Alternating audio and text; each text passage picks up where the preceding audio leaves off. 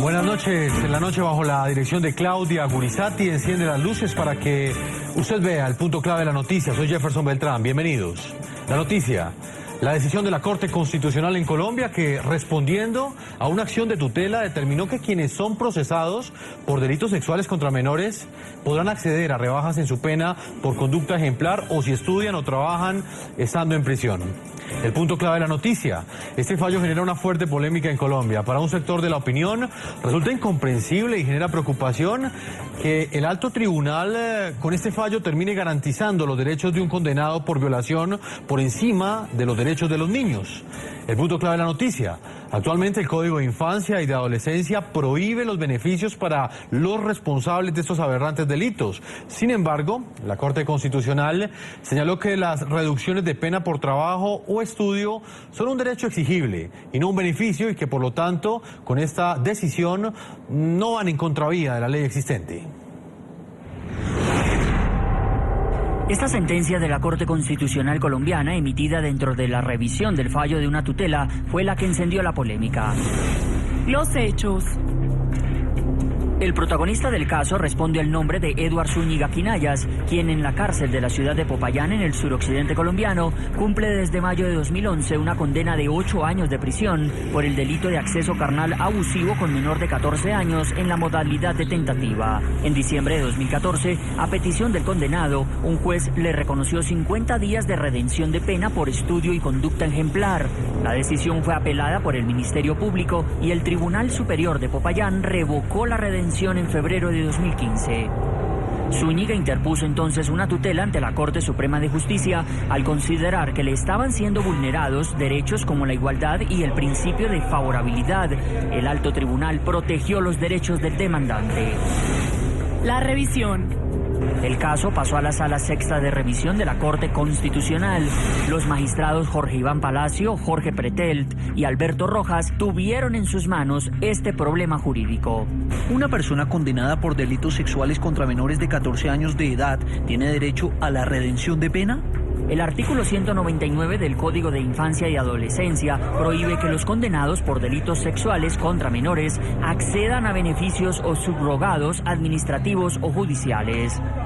Fue con base en esa prohibición que el Tribunal Superior de Popayán revocó la redención de pena en el caso del condenado, que hoy genera toda la polémica. La decisión en cuestión argumentó que el artículo 199 de la Ley 1098 de 2006 dispone que, tratándose de delitos contra la libertad, integridad y formación sexuales de los niños, niñas y adolescentes, no procede ningún otro beneficio o subrogado judicial o administrativo. Finalmente, la Corte Constitucional amparó los derechos del demandante.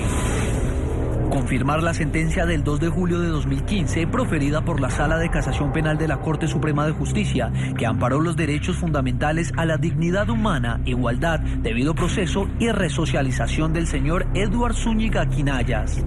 Al darle la razón al condenado por acceso carnal abusivo con menor de 14 años, la Corte Constitucional señaló que negarle el derecho a las personas privadas de la libertad del reconocimiento a la redención de pena constituye una vulneración del principio de igualdad. En conclusión, esta Corte afirma que los mecanismos de redención de pena previstos en el ordenamiento jurídico son aplicables a los condenados por delitos contra menores de edad. El alto tribunal argumentó que en la actualidad existe una disposición que expresamente reconoce la redención de pena sin algún tipo de exclusión.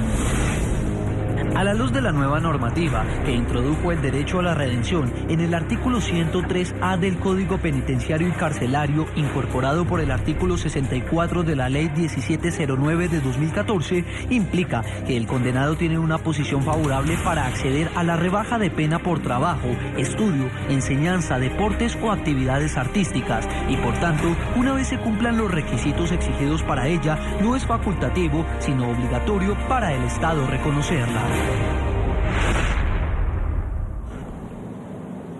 Muy bien, invitamos a nuestros televidentes a que opinen al tema de análisis de hoy en el programa La Noche. ¿Qué opinan ustedes sobre el fallo de la Corte Constitucional que determina que condenados y procesados por delitos sexuales contra niños y niñas y adolescentes puedan recibir rebaja en su pena? Los invitamos a que respondan a las cuentas de Twitter del programa La Noche. Están apareciendo en la parte inferior de nuestra pantalla las cuentas de todo nuestro equipo periodístico. Salud Hernández, periodista del diario El Mundo de España y columnista del diario El Tiempo en Bogotá. Le doy la bienvenida al programa La Noche. Encantado, buenas noches. Está con nosotros también Juan Manuel Charri, abogado constitucionalista. Señor Juan Manuel Charri, bienvenido a La Noche. Jefferson, televidentes, muy buenas noches. Un tema muy polémico hoy, salud y doctor Charri, el que tiene que ver con esta decisión que ha tomado la Corte Constitucional. ¿Usted qué opina de esta sentencia, este fallo frente a una acción de tutela? Pues me parece aberrante porque, como siempre, se beneficia a los adultos y se perjudica a los niños, a los menores de edad. Había la ley de infancia y adolescencia, costó muchísimo sacarla adelante. Es una ley que claramente decía que no podían beneficiarse de ningún tipo de rebaja los autores de estos delitos contra los niños y, sin embargo, la propia Corte Constitucional viene y revoca aquello. Me parece absurdo y, como siempre, siempre se legisla a favor de los adultos, siempre se legisla en contra de los niños. Salud, ¿y por qué cree que se da esta situación? Quizás este fallo, esa sentencia, pues ha generado indignación en un gran sector de la opinión pública. Todo el mundo creería que estas legislaciones que tomó el Congreso deberían ser respetadas en el sentido de que buscaban que no se incrementaran los delitos sexuales contra menores, pero se da una decisión de estas. Sobre todo porque este es un país donde, en Colombia y en general América Latina, pero en Colombia en particular, es un país donde cada día se abusa, dicen las cifras oficiales, más de 100 niños a diario se abusan de ellos sexualmente. Entonces, no tiene ningún sentido, va en contravía de toda la lógica. Pero ese mismo Congreso que aprobó la Ley de Infancia y Adolescencia, ese mismo Congreso no hizo caso de 2 millones de firmas de un referendo que se consiguió 2 millones de firmas para convocar un referendo para poner cadena perpetua para los grandes criminales de causas de niños, es decir, para los grandes violadores, para los asesinos de niños, etcétera. Y se consiguieron esas 2 millones de firmas para pasar adelante esa ley que hubiera sido cadena perpetua, porque son gente enferma que vuelven a hacer lo mismo. Y además la sociedad tiene que estar advertida, los niños, es que hay que protegerlos. Entonces la ley lo que hace es proteger a los criminales en perjuicio de los niños. Soy Juan Manuel Charri, abogado constitucionalista, experto en temas que tienen que ver con la Constitución colombiana y de la Corte Constitucional. ¿Usted qué opinión tiene? Yo comparto la decisión de la Corte Constitucional en el sentido de que las personas que han sido condenadas por delitos deben tener un tratamiento en igualdad de condiciones, o sea, deben tener acceso a rebajar la pena por trabajo y por buena conducta. La función de la pena es la resocialización. No comparto los argumentos de Salud Hernández en el sentido de que los niños no tienen derecho a una mayor o menor sanción de los delincuentes. La sanción la impone el Estado. Y la finalidad de la sanción no es castigo ni es venganza, es resocialización. Por supuesto, en el proceso penal hay una parte que es resarcir a las víctimas, repararlas en lo posible. Pero lo que debe buscar el Estado es que las personas finalmente corrijan su conducta, entiendan que actuaron mal y puedan resocializarse. Doctor Charri, pero entonces en el contexto actual, según medicina legal, todos los días se reciben por lo menos 52 denuncias de niños y adolescentes abusados sexualmente. En ese contexto, una legislación de estas, o bueno, una decisión como la que tomó la Corte Constitucional, ¿no estaría alejada de la realidad y de las leyes que necesita un país? No, yo creo que aquí se parte de un supuesto equivocado, y es que la pena persuade al delincuente y que en la medida en que se incrementa la pena va a haber más temor de delinquir. Eso en Colombia no es cierto. Cuando se ven los índices de impunidad, que son superiores al 92%, y donde ustedes están diciendo que hay tantas denuncias diarias y tan pocas condenas, frente a la impunidad, subir la pena como tal y aplicársela al 8% o menos, pues realmente no es un factor de persuasión que evite el delito. Hay que tomar otras medidas, hay que prevenir el delito y tratar de culturizar a las personas, tomar medidas que eviten que haya atropellos que generalmente vienen del círculo cercano a la familia del menor. Salud Hernández, ¿cuál es su opinión? Partimos entonces de un presupuesto falso al creer que a mayores penas, menores abusados. Es que mire, el doctor Charri acaba de decir acaba de decir algo que está haciendo carrera en Colombia, que es las penas son vengativas. Es decir, ahora resulta que se ha considerado que el sistema jurídico colombiano es vengativo. Entonces todo lo que hay en la cárcel es por venganza. No es castigo, no es una sanción social, sino es una venganza de la sociedad hacia... Lo cual es absolutamente falso. Lo que hay que hacer es proteger a los niños. Cuando está demostrado que un violador repite, de niños, porque es un demente. Es decir, es que aquí hemos tenido casos de niñas de 2 años, de 3 años, de 1 año, abusadas sexualmente. Una persona que abusa de un niño de 1 año no tiene remedio. Es que la sociedad no quiere que se resocialice, lo que quiere es que no vuelva a salir a la calle para que no le pueda volver a cometer semejante barbaridad a otro niño. Entonces, no tiene... Y además, hay una cosa que no entiendo. La Corte Constitucional va en contravía de lo que ya aprobaron las altas cortes. Es decir, la legislación colombiana dice que en infancia y adolescencia, el que comete un delito contra un menor de edad no tiene derecho a esa reducción de penas. Entonces, yo no entiendo esas leyes que se van cruzando. Entonces, ¿quién es el último que decide? Entonces, la Corte Constitucional ahora va en contravía de lo que se había aprobado por todos los grupos parlamentarios. Entonces, ¿quién es el que decide? Y al final a los niños los dejamos. Entonces, ¿qué quiere? Que este señor salga y que mañana Garavito, para que la gente se haga una idea. Hay un criminal en Colombia que ha violado y matado a más de 170 niños, no se sabe exactamente la cifra, pero más de 170, que después de matar a 170 niños, toda su pena son 24 años de cárcel, y que si hay reducción de pena, puede salir mañana, y aún así va a salir dentro de 7 años si no hubiera reducción, si no le aplica ninguna reducción. Es decir, es que es una locura. ¿Cómo puede salir a la calle una persona que ha matado a 170 niños, violado y matado a 170 niños? Pero estamos locos. Señor Chari, ¿usted qué opina frente a este argumento que da Salud? ¿Es posible la resocialización, por ejemplo, de un individuo como Garavito, que ha cometido esta gran cantidad de delitos? Y se lo pregunto precisamente, y vuelvo a hacer énfasis en lo que le decía anteriormente, en un Estado que precisamente no está garantizando esa resocialización en las cárceles. A ver, yo creo que sí es posible la resocialización. Acá se ha argumentado que hay estudios científicos que dicen que estas personas son enfermas y no pueden resocializarse. Si esa fuera la conclusión, pues entonces hay que darles un tratamiento hospitalario, psiquiátrico, pero el Estado debe procurar que se vuelvan a resocializar. Toda la posición que censura la rebaja de penas para agresores a menores, agresores sexuales, está fundamentada en la gravedad y en los derechos prevalentes de los niños. Pero si uno lo contrasta con la gravedad de otros delitos, piénsese en delitos de lesa humanidad, delitos de guerra, fíjese que la posición de la opinión y de los colombianos es distinta. Y pueden llegar a ser más graves esos delitos. Cuando hablamos de delitos como genocidio, muchas veces va envuelto con agresiones sexuales a menores y a poblaciones enteras que terminan con la muerte de estas personas. Ese tipo de delitos son igualmente graves y tienen un tratamiento y tienen una sanción.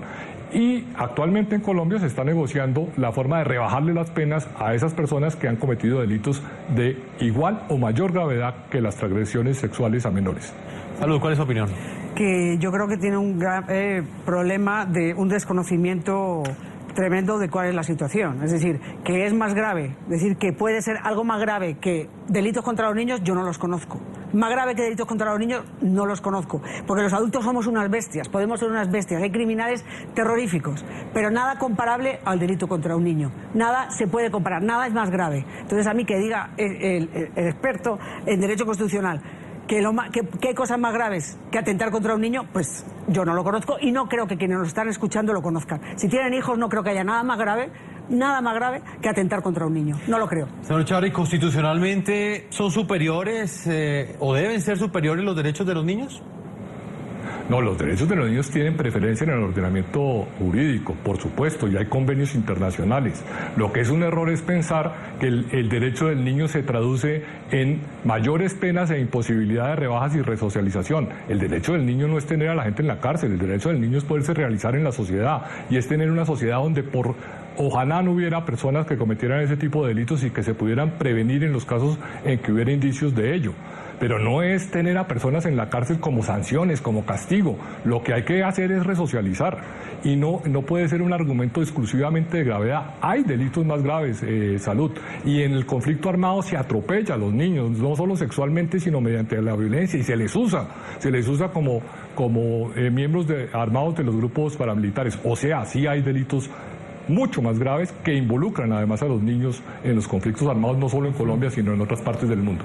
Pues precisamente cuando un trascendental fallo de la Corte Constitucional abre un boquete para que los abusadores sexuales de niños puedan obtener rebajas de pena por estudio o trabajo, los colombianos hoy recuerdan esos repudiables casos de criminales que fracturaron la niñez de cientos de menores. Veamos algunos de ellos.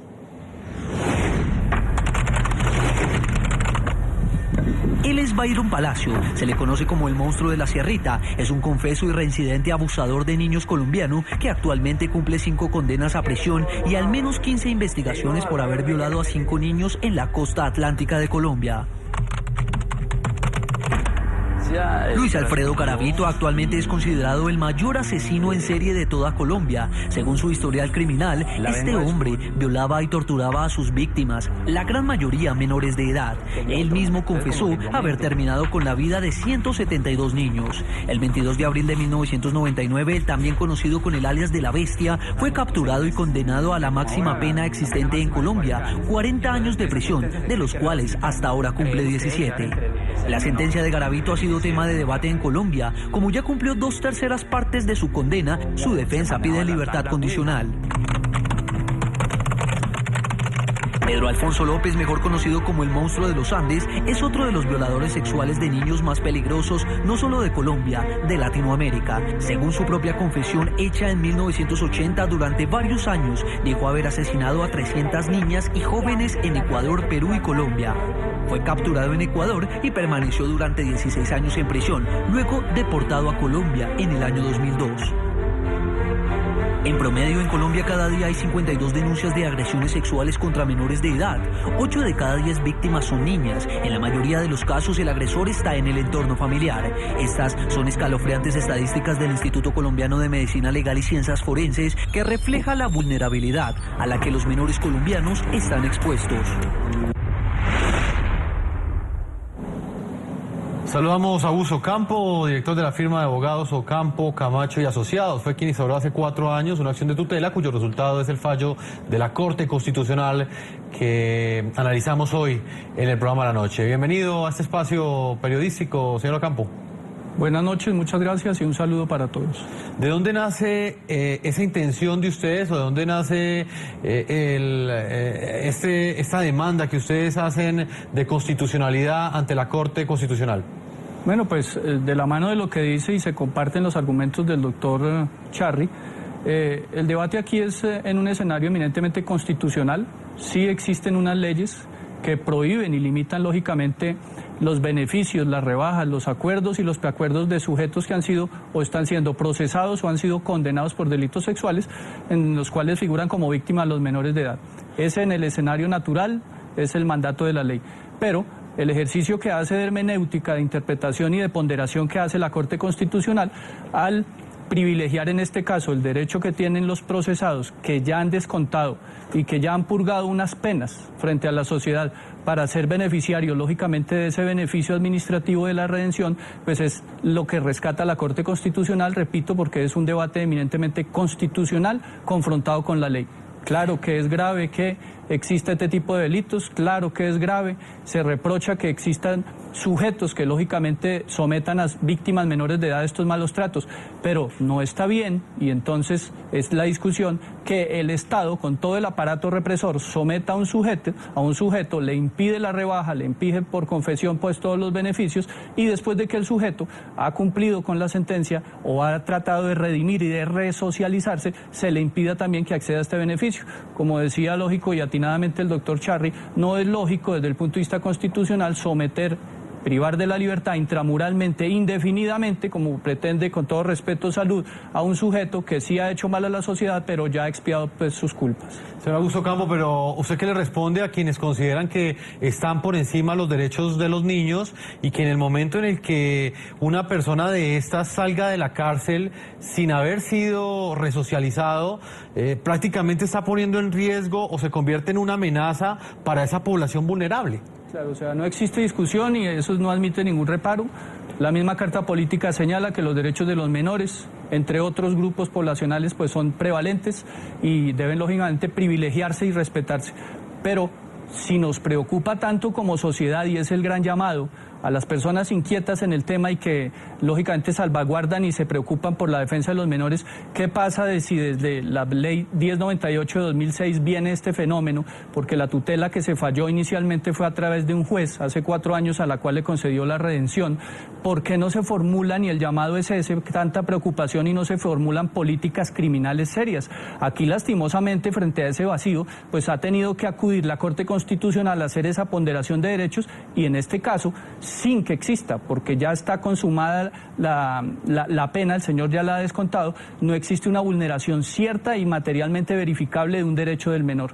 El menor tuvo la posibilidad, como dijo el doctor Charri, de tener representante como víctima en el proceso penal, solicitar los perjuicios, y no es derecho fundamental de un menor, después de que el sujeto ha descontado la pena entre 20 y 25 años, no es derecho, repito, del menor mantener privado indefinidamente, si se quiere, a un sujeto de estos, sí, agresor y que merece una pena, pero ya la descontó en la sociedad. Y más allá, si nosotros consideramos que existe, como pretende lógicamente y es la inquietud de salud, que nunca más vuelva un sujeto de estos, porque inferimos al amparo de conjeturas, no hay estudios serios de que definitivamente no se resocializa ningún sujeto, entonces modifiquemos la Constitución, pero acá no podemos hacer que privilegie unas normas de rango inferior como es la ley frente a la Carta Política.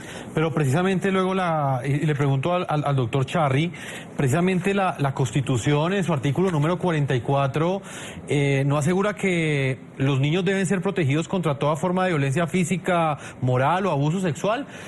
Doctor Charri, ¿hasta dónde? Sí, lo dice el artículo 44, ¿hasta dónde este fallo entonces sería en contravía constitucionalmente de lo que dice este punto de la Constitución? Y se lo pregunto en términos interpretativos, porque así como la Corte hubiera podido interpretar tal y como interpretó este fallo de tutela, hubiera podido tomar una decisión basándose en este artículo.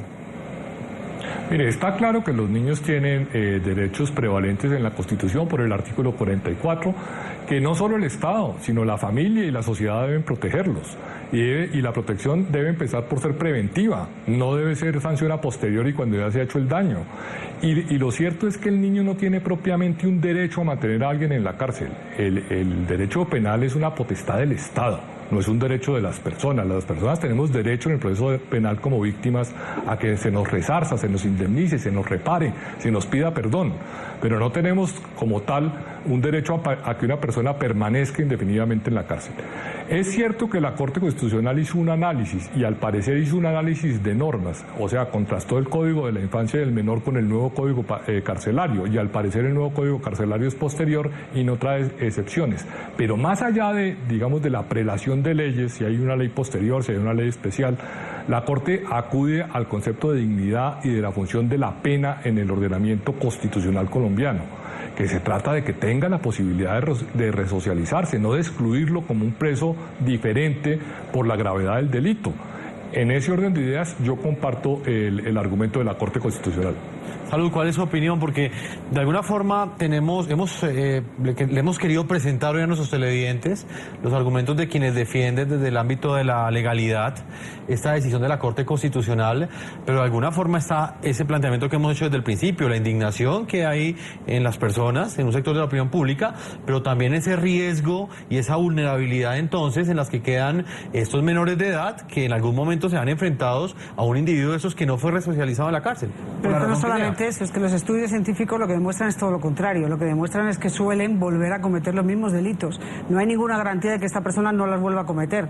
Y lo único que se pide es que cumplan la pena completa. Es decir, no digamos que este señor no se iba a pudrir en la cárcel, iba a cumplir 8 años de pena no más.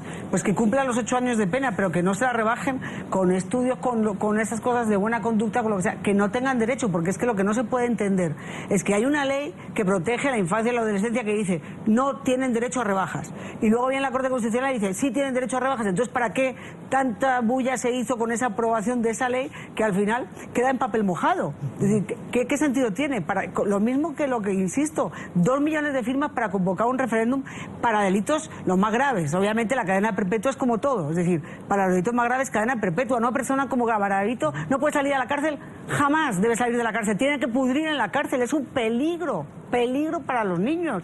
Es que es demencial. Aquí hay cárceles donde hay 50, 100 violadores de niños y son potenciales asesinos y salen a lo mismo. Entonces, ¿quién garantiza que ese señor no va a hacer lo mismo? Yo creo que como sociedad tenemos el derecho a saber quién es ese señor, dónde va a estar, dónde va a vivir, quién va a ser. Yo no quiero que esté al lado de nada que tenga que ver con niños que yo conozca.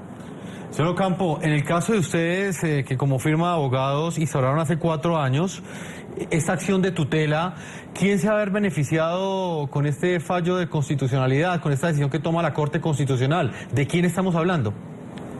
En general, pues lógicamente al provenir esta decisión del órgano de cierre en la jurisdicción constitucional, pues obliga dentro de la escala y la jerarquía funcionalmente hablando de la rama judicial a que todos los jueces de la República, no solamente porque existe ya el precedente vertical en este caso, repito, tengan que obedecer y fallar en adelante, los jueces de ejecución de pena sobre todo, para efectos de redimir la pena, reconocer las premisas y lógicamente la parte vinculante de esta decisión, que pese a ser de tutela, lógicamente pues tiene unos razonamientos que tienen que ser acatados por los demás jueces de la República, sin perjuicio lógico que frente a la misma situación de hecho, los mismos procesados en la misma situación tengan la posibilidad de acudir de nuevo, ya citando como precedente, repito, el fallo de la Corte Constitucional para ser beneficiarios de esta decisión. Pero exactamente, ¿quién se vería beneficiado? En el caso, por ejemplo, que ustedes presentaron ante la Corte Constitucional, ¿hay una situación específica? Hay personas determinadas, particularmente hablando, claro, sujetos que ya han cumplido. Este es apenas, por llamarlo así, la punta del iceberg. Seguramente el temor que muchos de la sociedad les genera el hecho de que exista ya ese precedente y como lo señalan de manera también pues popular, utilizando la jerga popular, se abre un boquete, entonces... El llamado, repito, es si existe ese temor y existen las estadísticas serias y los estudios científicos serios para soportar y generar una política criminal seria que impida entonces a lo sucesivo, ¿cierto? Frente a estos casos, pues legislar y ponerlo a tono o incluso, para ir más allá, porque es la Corte Constitucional la que tiene la palabra, generar un acto reformatorio de la Carta Política. ¿Por qué? Porque en este caso... ¿sí? No, pero digamos, al margen, digamos, de esa explicación constitucional, que también le agradezco que no la entregue, el que se va a beneficiar de esta decisión constitucional, exactamente, ¿qué hizo? ¿En qué sentido? El señor pues cometió, sí, el señor cometió un delito de un abuso menor, un abuso sexual contra un menor. No solamente es sancionable cuando se consuma o se materializa, sino que también cuando es tentado, es decir, cuando se frustra dentro del iter criminis del camino la posibilidad de que este sujeto pues cometa realmente el delito. Y, lógicamente, al ser el sujeto activo, en este caso de la conducta punible, al ser sancionado, excluido de todos los beneficios, llega ahora, con la decisión de la Corte Constitucional, a ser pues, beneficiario, en particular él. ¿Y cuánto tiempo pagó él, abogado? El tema en concreto, específicamente, dependiendo de los tiempos de redención, diríamos que materialmente, intramuralmente, entre 8 y 9 años. 8 y 9 años. Pues doctor Augusto Ocampo, yo le agradezco el tiempo que usted le ha concedido al programa anoche. Hemos querido invitarlo pues porque esa demanda que realizaron ustedes fue la que finalmente llevó a que la Corte Constitucional emitiera este fallo de tutela. Muchas gracias por habernos acompañado. Muchas gracias.